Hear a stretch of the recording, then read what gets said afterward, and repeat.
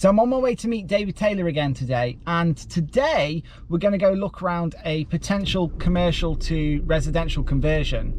Now this property is on the market and it actually has planning permission in place to convert it into 18 residential apartments. So I'm taking David there today to have a look at it from a structural engineer perspective, to see if there's anything in the building that we might need to look at in further detail when we're working our numbers out. I'm also going to ask him some questions around what he thinks the conversion costs are going to be, so we can work the numbers out when we get home and see if it's a viable project that we could put an offer in. Now, on one of my last videos, somebody did ask me to ask David some questions around how he assesses these kind of sites. So we're going to ask David some questions today about how he would assess the viability of a commercial to residential building when he sees it, and what kind of things he'll be looking for when he sees these units, whether it be on landing site or Google Maps or even just driving past one in the street. So hopefully we can get a good idea today of what it looks like when we drive past one of these buildings, we see one, and how we take that then to assess it to see whether it's going to work for commercial to residential. Hope you guys enjoy the video. Let's go on and see David. Okay, so we're going to see a commercial to residential conversion today.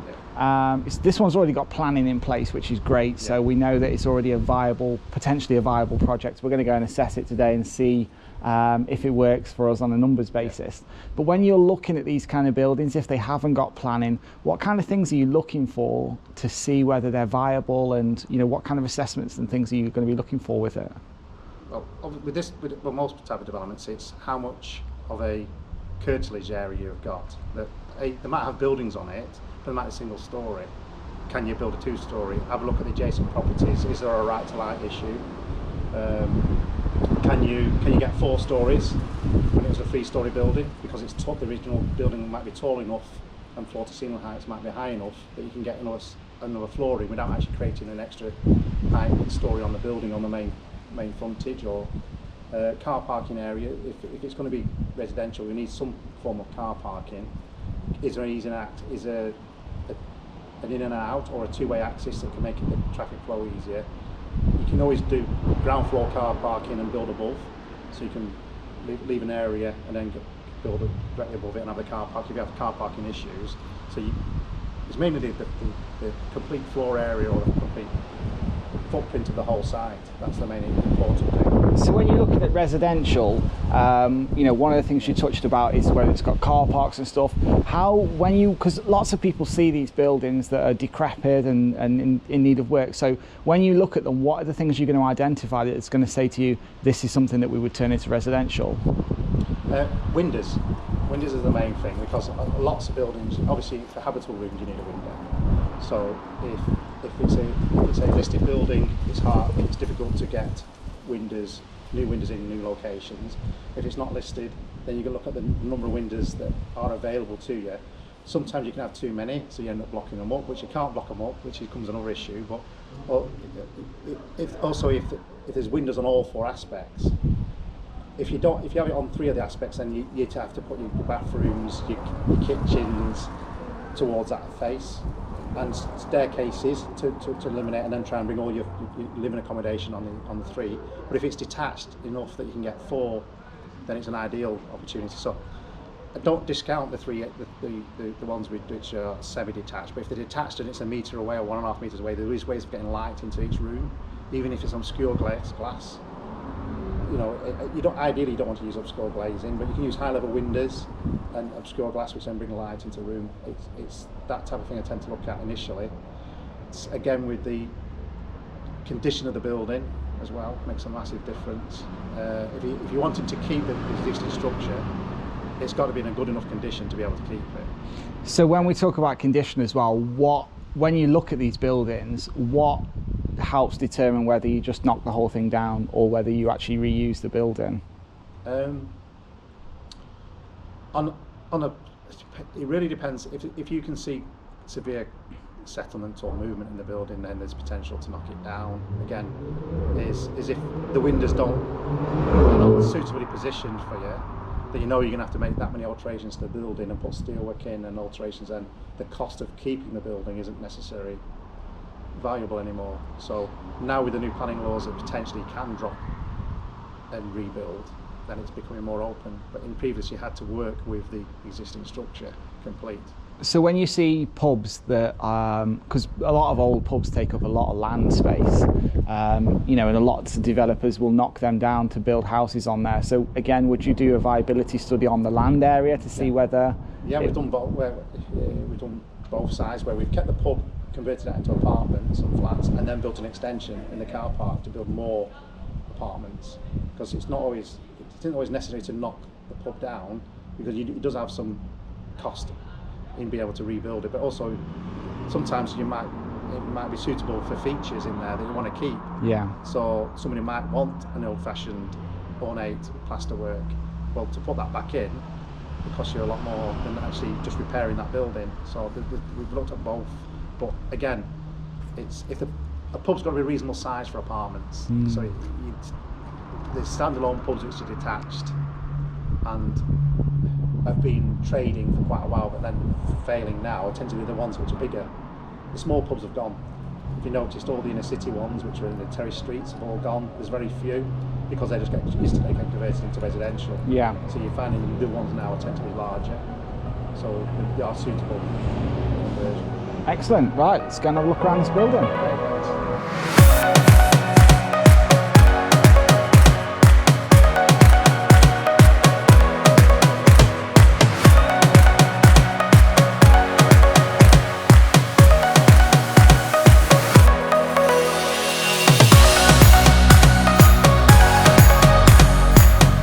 So when you're looking around these, what structurally are you looking for that you're concerned with?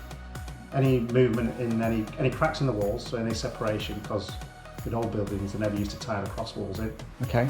So over a period of time they would move away. So you can usually see vertical cracks down each party wall. But if there was built correctly, it should be tied in, but majority of the time they didn't. So that's what I look for mainly. And things like this damp, obviously if it's coming from the roof, it's a case of replacing the roof and any joists that have got damaged along the way. But yeah, you just be careful of dry rot. So wet rot is okay, it's easy to deal with, but dry rot it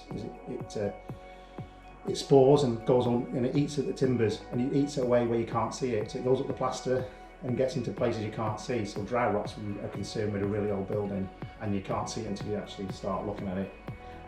What you tend to do, if you peel a bit of the plaster away or a bit of the wallpaper, it'll look like tree roots. It's actually that's the dry rot trying to find the wood. And literally, it'll eat the wood and disintegrate it. It just literally falls apart. So in this type of building, because this is obviously a full conversion, this is going to go back to brick, you'd see all of that when you take it back. So I suppose you'd be concerned if it was a conversion that you weren't doing back to brick with. Yeah, and similarly, but also it can make a difference to your cost, because you might have to do a lot of repair works on the timber floors if you weren't stripping them all out. Yeah. And there could be main trusses that could be affected. But so if this building wasn't going back to brick, so the best way to identify that would be to pull off some of the plaster in the damp areas? Ask if we could do an intrusive survey, what we call an intrusive one, where we take the odd panel away, or we look, but experience tends to show you what you tend to look for, because you will find some of the dry rot coming out anyway. When especially on wallpaper, you can soon peel a piece of wallpaper back and you'll see it. Because that's what usually tracks behind the wallpaper, because it's still damp on walls. Awesome.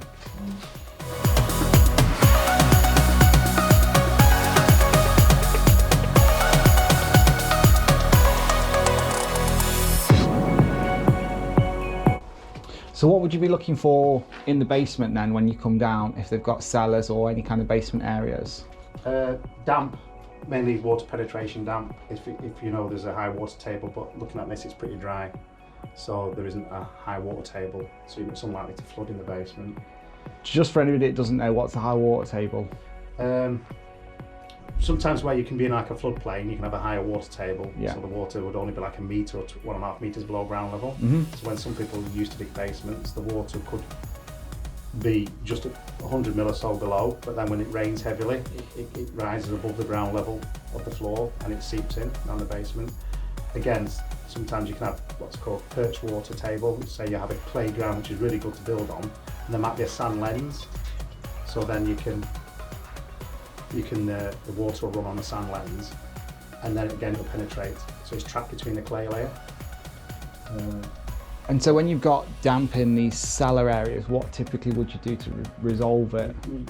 Because it's an existing, now if you want to use it as habitable space, you have to do two-stage system. So you'll have to do have a membrane system on the wall together with a channel which then takes it to a sump pump. So you have two methods. One, you protect the damps coming through, and then you've got a removal system. Or the one is where you put a render system on the wall, and that stops the water penetrating. But should that render system fail, you still have a channel that will take any water that seeps in, should it be coming in. And typically when we're looking at these kind of buildings, you know, these old commercial buildings to residential, these cellars make a great area for the supplies like the services, don't they? I would always put communal washing facilities, laundrette down here, things like that. Stuff that you might want to have it in the rooms, but again, you could offer like a commercial washing machine service down in the basement, charge for it, because people do these and things like that. It's an added value at a gym. Lots of people want gyms now. It doesn't have to be a fully kitted out gym, just a small area. So with gyms, this is an interesting question actually, because I don't know the answer to this. If you have a gym in a cellar, does it have to have natural light in it then? No. Excellent. Just ventilation. Brilliant.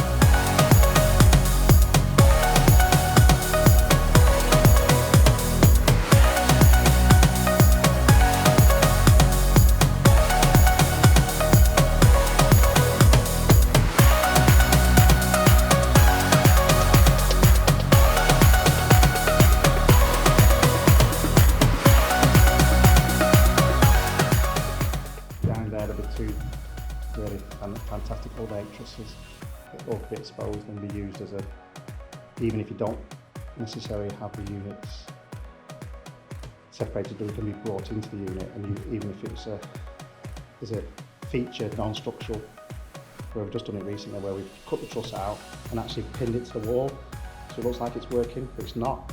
So it's actually floating off the wall, so you can still walk through it in different areas. So you use some of the existing original features?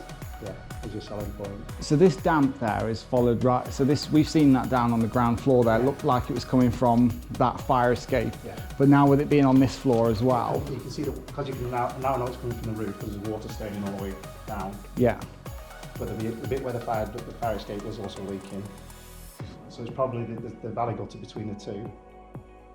It's probably blocked as usual, so that can be addressed. It might have already been addressed at some point, but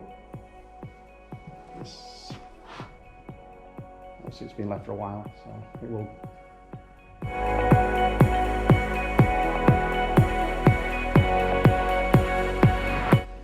You know, when you do conversions on these type of buildings, and I assume it comes with all the fixtures and fittings, is there any salvage value in them, or are they just a case of binning them?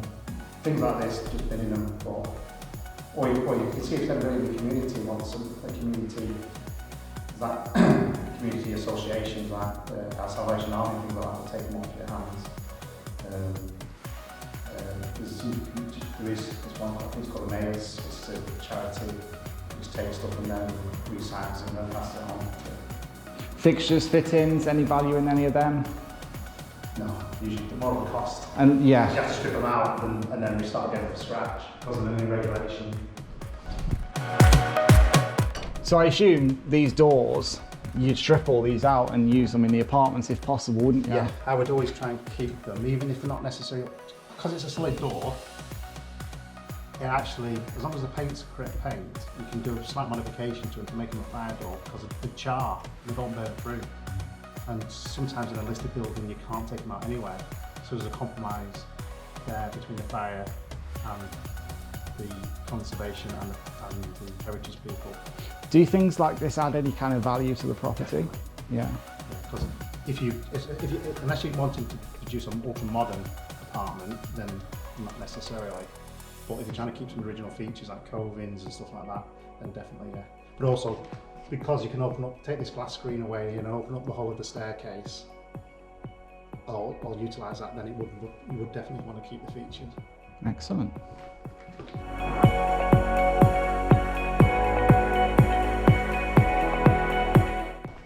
So, with the demolishment of that building there, Yeah. you said obviously, you know, the demolishment costs will come down because the company will salvage the brickwork and Brickwork, stone heads, any of the slates that they could probably recycle, any feature stones, things like that. Again, we still have to do an asbestos survey first prior to demolition, but there's quite a lot of old traditional bricks which get recycled. And is there a typical cost per square metre for demolition? No, it's done on a usually by the demolition contractor on a project basis. So they come and assess it and see how much they can salvage or how much they're prepared to salvage, and then the demolition cost will be based on that. We're trying to give up guessing because if they know there's a market for some of the recyclables, they'll tender it competitively because they know they can get a profit on that. So if it was just pure demolition where there was no recycle, then there is a rate per square metre. But again, this one's got quite a lot of recycling material in it.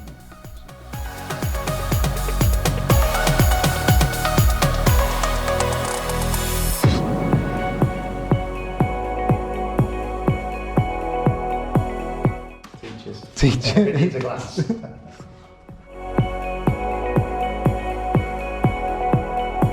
So, on viewing it, anything structurally that you've seen that would cause a concern for yourself? Nothing major structural, just a damp.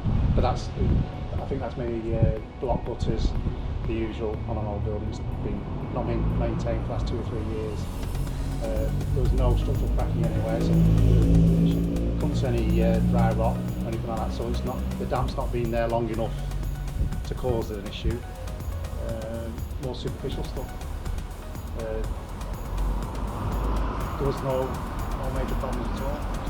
So just finished our viewing on the commercial to residential project that we've gone to see today, and both David and I really liked the building. So this is a grade 2 listed building, so all the front fascia of the building is listed, so we would have to be sympathetic and keep that as part of the planning if we were to go ahead with this project.